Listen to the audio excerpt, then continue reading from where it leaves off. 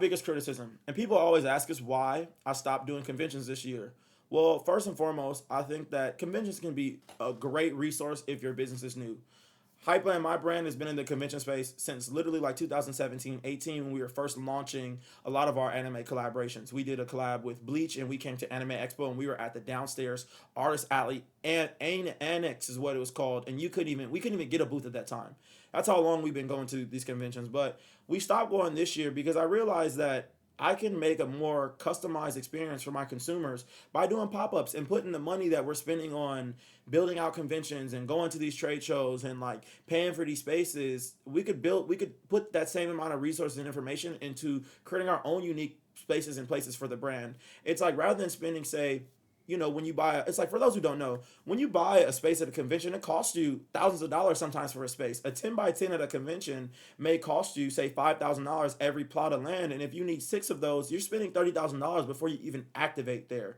Not only on the activation piece, before you spend that, you got to build out it's another piece. So it's like you spent 30,000 on the space. Now you spend another 20 on just the location. That's $50,000 out of your pocket before you even have product, before you even market the fact that you're there, before you even hire people to work the event. And I said, you know what, this amount of money could literally go towards other things. We've done amazing events in Los Angeles, like the Sonic pop up, or even like things at conventions like the music festivals where I haven't seen a stark return. It's like we spent almost $1 million on a music festival at Anime Expo. For us to make maybe 20% of that back, it wasn't the greatest experience, but we spent maybe, I won't even say 1/10 of that on our collaboration that we did with Sonic, and we saw a way better turnout. We had thousands of people that pulled up. We had a lot more customers buying things. We were in full control of the experience. We got to bring in collaborations and partnerships. We got to get good media coverage and PR, and we were really in control of that moment. So I think that for us, the decision to shift from conventions really comes from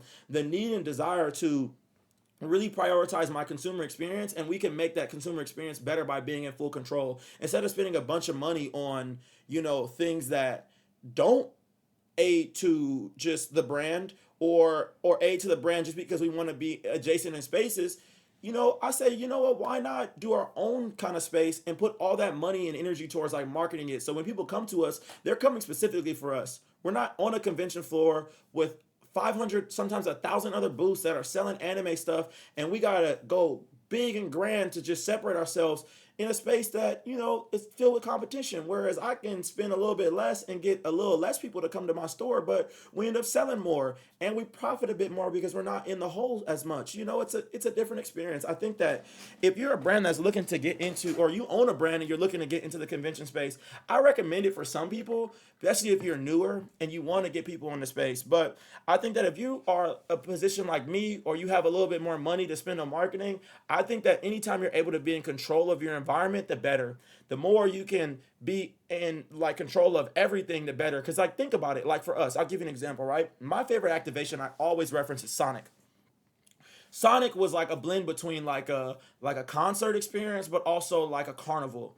We had partnerships with Blue Bunny, who provided ice cream. We had Topo Chico come out and give water and drinks to everyone. We had the clothing for sale. We had the arcade company come out and sponsor. So we had games. Sega partnered with us and they gave us like games for people to play demos with. We had like food, drinks, cotton candy. We had like activities for people to do. We had a concert. It was like it was so much fun. It was a great experience, and we didn't spend nowhere near the amount of money that we spent in a convention, and we were in full control of that. Versus being at Anime Expo, it's like we paid a ton of money for a music festival. We spent 10 times the amount of money because the convention has to make money themselves, which I don't blame their business.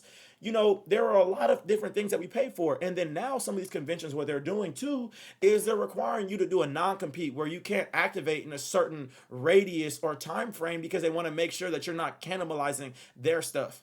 Which for me, owning a store in downtown Los Angeles, which is like not even 2 miles away from the convention center, it would make no sense for me to sign up for something saying that I'm not going to activate at a place that we have 24/7 open and doing activations monthly just because I want to be a part of a convention.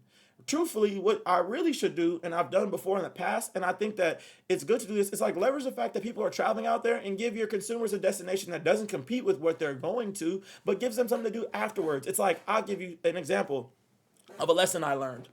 We had a pop-up that we did with Yu-Gi-Oh at the same time that we did New York Comic Con back in, I want to say, 2022.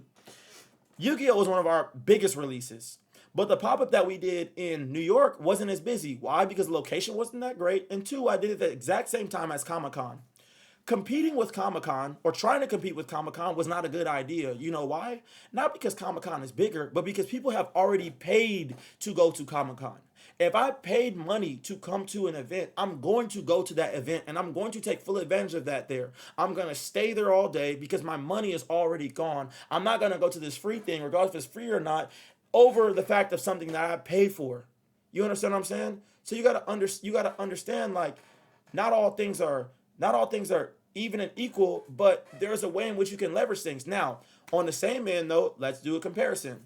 What would have been a smarter idea than saying, hey, let's have the hours be the same day as Comic-Con. Maybe we should have did hours before Comic-Con and after Comic-Con. So when people leave, we can make it a destination. Or maybe what we should have did was like an after party. So that way when Comic-Con's over, our fans have something to go to that's a nighttime experience that's different and doesn't compete with what we got going on or what they have going on at the event. You have to think about the psychology behind people.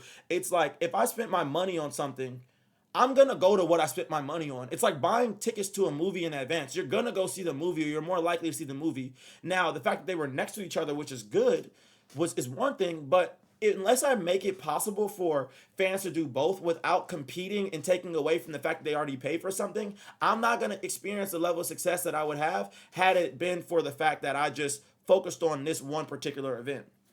You understand what I'm saying? So for me, I think that, like I said, the convention space, I like to be in full control of this environment and this experience. I think that what I could say is a criticism that conventions could do a better job of is, one, first and foremost, doing a better job of separating the brands that they have in the conventions from like the brands that the brands that they have just online in general. And what I mean by that is, like, when you go to these conventions, you see a numerous, like sometimes an endless number of the same type of shop. We don't need 50 people selling Funko Pops. We don't need 50 vendors selling plushies. We don't need 50 of the same type of booth. I think that whereas I understand from a business angle that the company has to get whatever they can get out of it, I think that they should do a good job of partnering with certain brands or partnering with certain vendors to make sure that they have a successful experience. I think that you do this by saying, all right, this brand or this company or whatever is the best at this. Let's maybe collaborate with them to give them a little bit of a highlight so that way when fans see us, that they know exactly where to go for this thing. It's like, maybe Hypeland's doing an exclusive like Comic-Con t-shirt that's fire, a one-of-one thing is limited and fans can love it and they'll promote the brand, because then now, guess what? We come back every single time because we had a great turnout. Now, maybe an animation studio, maybe they work with Viz Media or something like that, and they say, hey, look, we want to sell this exclusive manga with you guys in the shop. Boom. Now you have a distribution channel for Viz Media, and they're happy at the end of the day because now, boom, they get the visibility. Now their stuff is like, they're able to move flexibly. I think that what a lot of these conventions do and why they put these clauses in there is because people be having these after parties, or they'll have things on a day-to-day basis that compete, quote unquote, with the convention. But on the same end, they don't look at it in the right idea. It's like, nobody likes competition. Don't get me wrong. I would love to have a monopoly and everything. But on the same end, competition makes you do better. It holds you more accountable. It makes you give your consumers a better experience, because if somebody else is doing the same thing as you but better, it just highlights for you that you need to step your shit up. Not, you know what I'm saying? It's like, it's not your fault that they're paying more attention to the consumer or giving something better. If anything, it should tell you like, oh shoot, these after parties that other people are throwing are taken away from our pot. Maybe we should throw an after party, or maybe we should partner with the folk that took it away from us and make it an official thing, because now, guess what? We all win. Would you rather have 100% of a grape or 50% of a watermelon? Which one's more fruit? Which one's more fruitful? You understand what I'm saying? So I think that sometimes, you have a lot of these places that don't understand that. And I think that anytime you can be in full control of what you want to do as far as output, you can be in full control of like what you want to do as far as marketing, you can be in full control of what you want your fans to experience. I think those are the things that win the most. And I feel like with conventions, you're not able to do that. Imagine like I spend a lot of money on a convention and then all of a sudden somebody's like, oh, well, we had like a fire hazard, people can't get in. It's like, if there's a hazard and people can't get in, I'm not able to change that. I'm at the mercy of somebody else. Whereas if this is my event, I can make adjustments. I can bring in new team members. I can have new things come on. We can have a lot of success one day and then pivot really fast, and tomorrow have another event going on tomorrow. We can bring in a voice actor and I can move at the speed at which I would like, rather than being reliant on somebody else to kind of tell me whether I can or cannot do something. So I don't know. It's just something to think about, bro. I think that, like I said, conventions can be for everybody. These pop-ups are great. I think if you do trade shows for wholesale, they all serve the different purpose. But the main thing is you got to make sure you know exactly what you got going on before you get into this. And that's why I say it's good to have clarity and insight before you jump into stuff. You know why? Because if you don't, you won't know what you're taking away from. I had to start thinking about ourselves when we did conventions. It's like, why are we doing this? Are we doing this to make money? Because if we are, we're not making money, so we should stop. If we're doing this for marketing, then sure. How do we figure out how to do this from a marketing angle and do it better? Or is this the most effective way for marketing? You know what I'm saying? It's like at the end of the day, you got to just pay attention and like know at the very bottom line, like what you want to be known for and what you want your space to resonate with your consumers. Is it, what's the goal? Work backwards always. What's the goal? Figure it out, etc. But yeah, if you like this, make sure you like, comment, subscribe. I talk about a bunch of different things on the channel. I also stream on Twitch too. So yeah, we out. Boom.